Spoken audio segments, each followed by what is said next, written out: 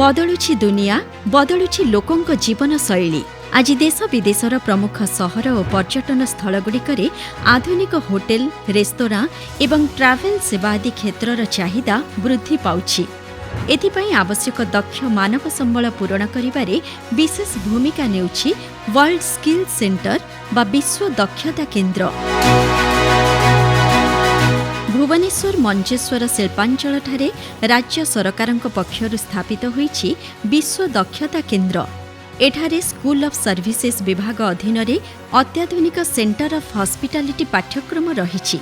एथिरे commis chef, front office associate, food and beverage एवं housekeeping operation भली 4टी स्वल्पकालीन तालीम पाठ्यक्रम दिया जाउछि।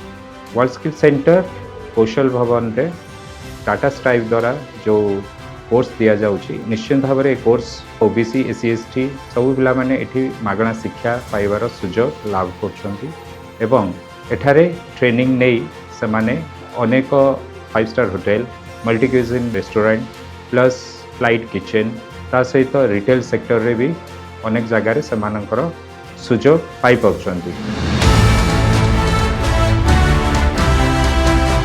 सेहीपरि चलित शिक्षा वर्षरू सेंटर ऑफ हॉस्पिटैलिटी अधीन रे हॉस्पिटैलिटी एंड होटेल ऑपरेशंस भली 1 वर्षीय नूतन तथा अत्याधुनिक पाठ्यक्रम आरंभ करा जाउछि। स्वल्पकालीन तालीम पाठ्यक्रम अधीन रे छात्र छात्री मानंकु थियोरी सहित हैंड्स ऑन तालीम सुविधा दिया जाउछि। विभिन्न होटेल शिल्प और सेवा आदि क्षेत्र में अतिथि मानंकु जेउ सब सेवा दिया जाउछि से सब विषय रे प्रशिक्षण दिया जाई छात्र छात्री मानंक दक्षता वृद्धि करा जाउछि।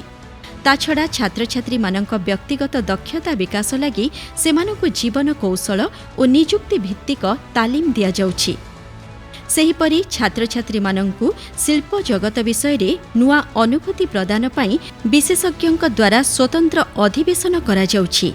एहा सहित इंडस्ट्री एक्सपोजर कार्यक्रम माध्यम रे छात्र छात्री दक्षता को शाणित करा जाउछि। मु डब्ल्यूएस रे 3 मासर कोर्स कली।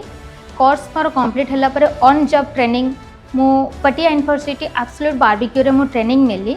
3 मासर कोर्स मोर ऑन जॉब कंप्लीट हला पर मोर सेठी ही प्लेसमेंट हैला। मु एबे कंटिन्यू जॉब करूची।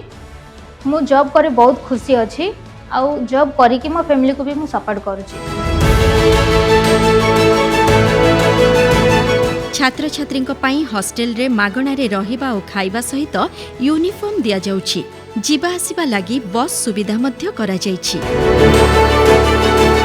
विश्व दक्षता केन्द्र रे 2024 रु एही स्वल्पकालीन तालीम पाठ्यक्रम आरंभ होइथिला। तालीम शेष करिबा परे छात्र छात्री को प्लेसमेंट कार्यक्रम माध्यम रे प्रमुख शिल्प और सेवा क्षेत्र रे नियुक्ति सुजोग दिया जाउछि। सेंटर ऑफ हॉस्पिटैलिटी रे हमरो किछि होटल और टूरिज्म इंडस्ट्री को कैटर कला भलिया 3 मासिया रो शॉर्ट टर्म कोर्स दिया जाउछि।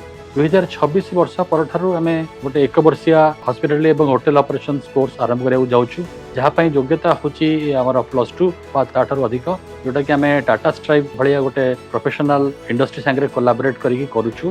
तार कोर्स सरला परे आमे ताको प्लेसमेंट असिस्टेंस देथाउ। तो मु समस्त को आज अनुरोध करी वर्ल्ड स्किल सेंटर को विजिट करंतु, तांका निज चॉइस अनुसार कोर्स सिलेक्ट करके एडमिशन करंतु, तालीम नियंतु एवं करियर आगु नियंतु। विश्व दक्षता केन्द्र भारतर एक प्रमुख दक्षता विकास केन्द्र।